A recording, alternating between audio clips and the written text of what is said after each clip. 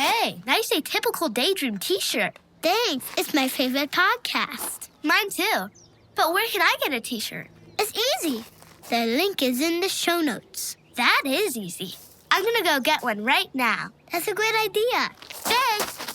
Bye. You bet. Stay cool. We got ready for our show at the Troubadour, and we were waiting to go on when somebody came up and said, "Hey, Tom Waits is in the audience, and he's right in the front row."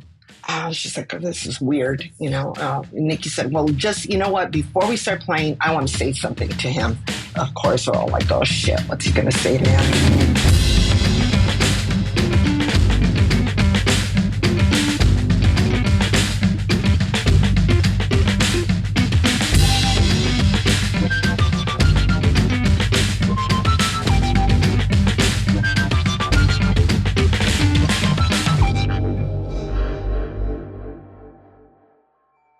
Hello, my Atypical Daydreamers. Welcome to the final episode of the season.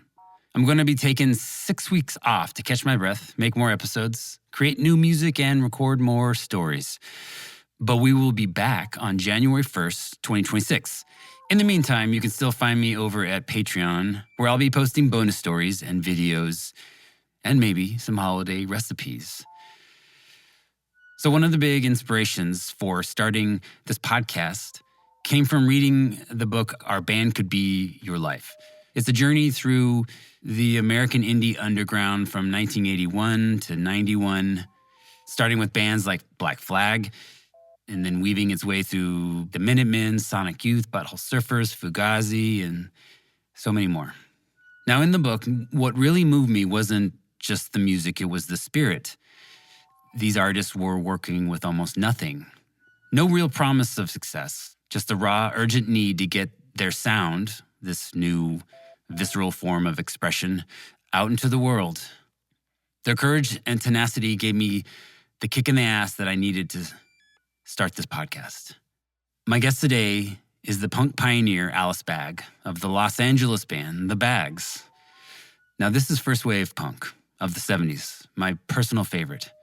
I first heard The Baggs on the 2 Danger House Records compilations. They are fantastic, and you must find them and listen to them. Today's episode is not a classic road story, but definitely a tale of being out of your comfort zone and not having the home turf advantage. But what really sticks with me about Alice's story is how much it reminds me of what I value the most about making art, which is the courage to be bold, fearless, to screw up, to get messy, and to do it all with your friends or those that inspire you. I think David Bowie said it best when he said, always go a little further into the water than you feel you're capable of being in. When you don't quite feel your feet touching the bottom, you're just about in the right place to do something exciting.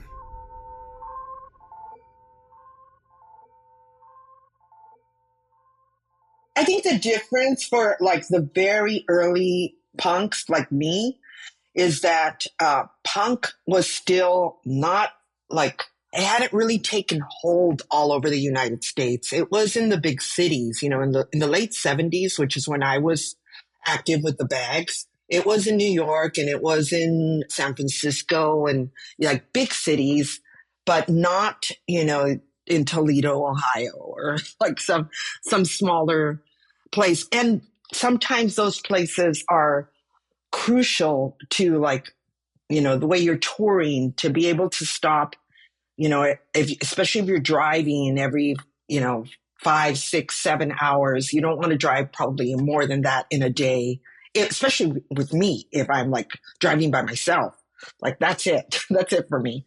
I want to drive a few hours, get some sleep, do the reading, and then move on to the next town. When I was in my punk band in the 70s, there wasn't that kind of scene to support it. Even like bands like the Sex Pistols, who toured like outside of the big cities in the United States, who decided they would go to the South, they didn't do so well. Not in those cities. And what there is actually a lot of prejudice because people don't understand why these weirdos look the way they do and like what are they going to do to our club. They dance in this aggressive, crazy way. And, you know, a lot of places are still like, we're going to have the tables up to the front of the stage and a 2-drink minimum. And if you can't afford it, you stand in the back. And, you know, the punks weren't going to have that. So we got a bad reputation. So it wasn't quite as easy at the beginning. What happened is that as punk got a little bit more widespread, then those communities did exist. And then the possibility of touring became possible and became better supported. And there were certain places where you could stay. There were certain houses that like they were used to putting up punks, and clubs too. You could sleep at some of them had like a house attached or a person that would let you sleep, or whether it's a floor or garage or whatever.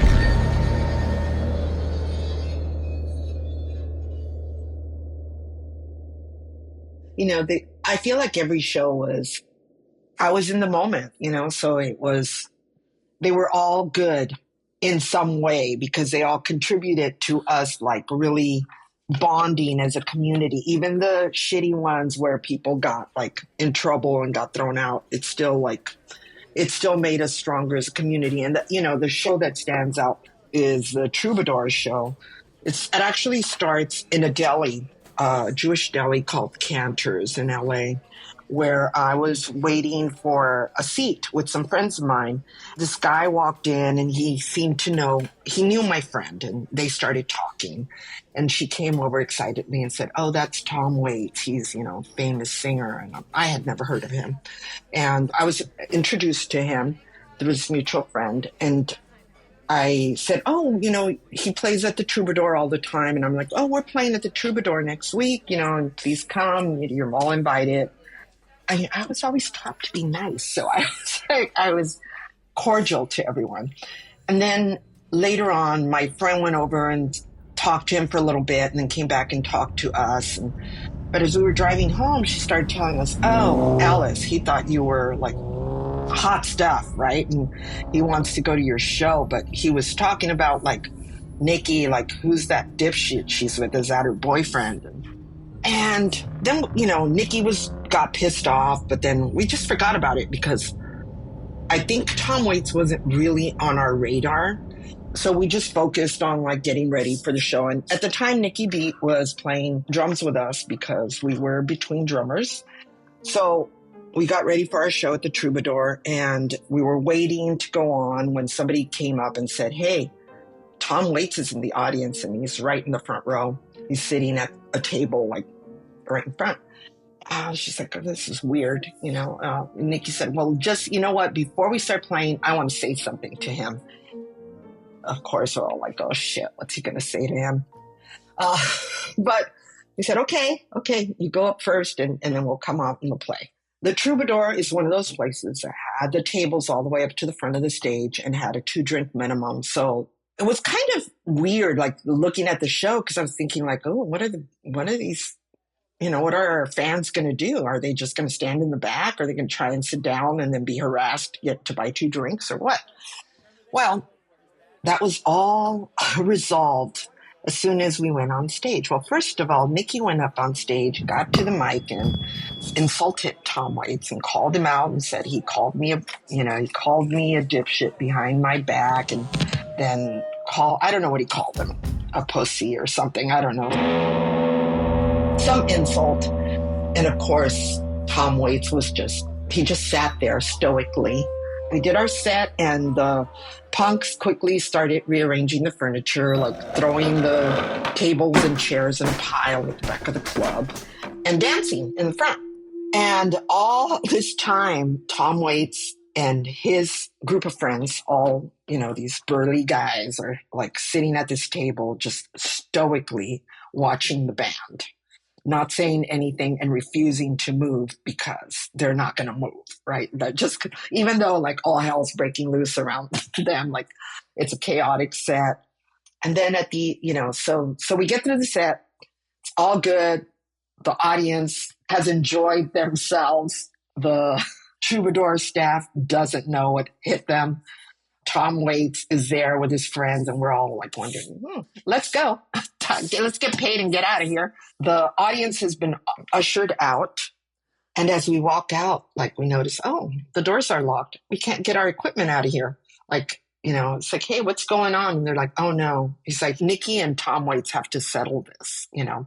The bouncers at the Troubadour and Tom Waits' friends, who like were all these guys, and they make a circle around them, and they're like, oh. And I grew up in East LA, so I've seen like people get jumped. So I was freaking out. And Patricia was like, oh, they're going to fuck up my bass amp. And she was worried too. So they start fighting. We're like, Patricia and I are trying to pull open the doors to let the punks back in because we feel like, oh, they're going to like jump this guy. They're going to like beat us up because there's more of them than there are of us. There's only 4 of us. And the punks are outside. They're pounding on the doors. They hear us calling, hey, come help us. They won't let us take our equipment. And they've got Nikki. So you see but they were holding the doors. You could see like their hands coming through like Night of the Living Dead, their faces peeking in. The punks outside, trying to get in. The bouncers are keeping the doors closed and we're trying to pull them open. So I actually missed seeing most of the fight because I was like trying to get the punks inside. After they had tussled around for a little bit, they were separated and both people proclaimed victory. Like Tom Waits and Nikki both said, yeah, I taught him a lesson. And they would say, okay, it's all settled. You guys got it out of your system. Like you can take your equipment now. He was very popular at the Troubadour. And that was our big mistake, was thinking like, oh, we're going to call him out. And this is basically his home turf. The punks were, punk rock was kind of banned from the Troubadour after that for a few months. And the Bags never played there again.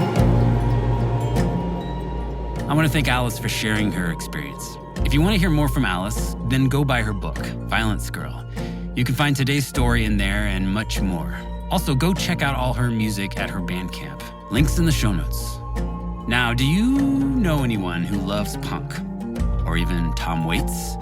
Text this episode to them. It's a good dose of fun. This podcast is created and produced by me, Josh Caldwell. Music by Visual Aid, my side music project. General support and copywriting by Miranda Caldwell. Thank you for listening, and I hope you come back next time.